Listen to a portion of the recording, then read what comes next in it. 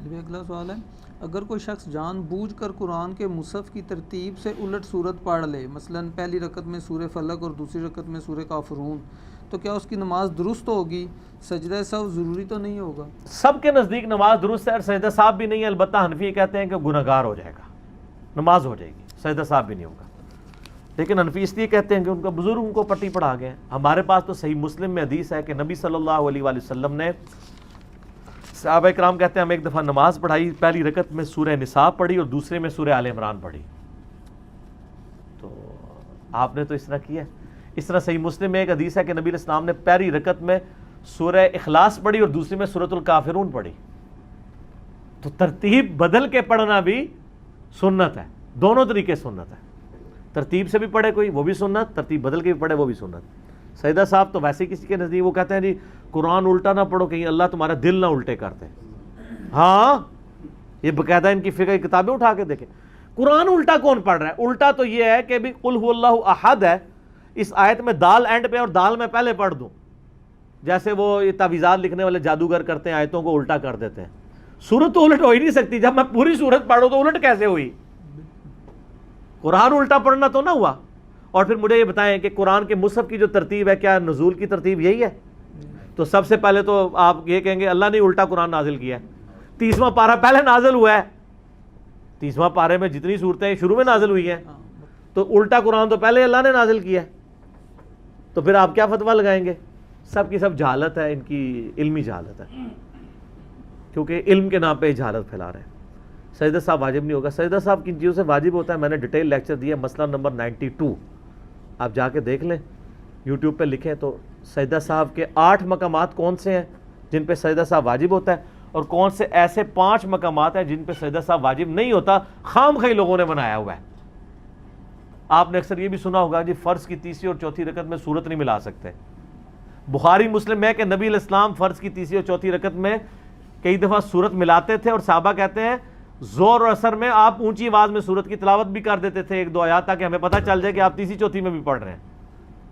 سر مجھے کہنے لگے پھر کہنے دینا کہ کتابوں کا خدا اور ہے اور بابوں کا خدا اور، بابوں نے آپ کو دین نہیں دیا جو کتابوں میں ہے، اور ویسے بابے ہے تو بڑے سیانے سمجھے، اسی لیے انہوں نے بخاری مسلم کا ترجمہ نہیں ہونے دیا 1000 سال، کہ ڈش آرسن یہاں حکومت رہی ہے نا، کہتے ہیں نا صوفیاء اور بزرگ اسلام لے کے آئے، اسلام تو آیا محمود غزنوی کے زمانے کا بھی جو افغانستان سے ہے، اس سے پہلے تو محمد بن قاسم کا بھی آ گیا تھا۔ 1000 سال تک کسی بزرگ نے بخاری کا ترجمہ کیا لوکل لینگویج میں؟ کیوں؟ وہ سارے حنفی تھے، ان کو پتا بخاری ترجمہ ہو گیا تو لوگ ہمیں چھوڑ دیں گے، رفع دین شروع کر دیں گے۔ بخاری کا پہلا ترجمہ لوکل لینگویج میں 1920 میں ہوا ہے، آلموسٹ 100 سال ہوئے ہیں، اب 2019 چل رہا ہے نا تو 100 سال ہونے والے ہیں۔ وہ کیا تھا علامہ وحید الزمان نے، دیوبند کے عالم تھے، بس ترجمہ کیا ساتھ ہی اہل حدیث ہو کے، وہ نقصان ہو گیا نا، دیکھا بزرگوں کی کتنی حکمت تھی۔ وہ 1000 سال کا ڈکا لگیا اسے صحیح لایا سی، اون ڈکا کھل گیا۔ ایون قرآن کا ترجمہ نہیں تھے یہ لوگ کرنے دیتے۔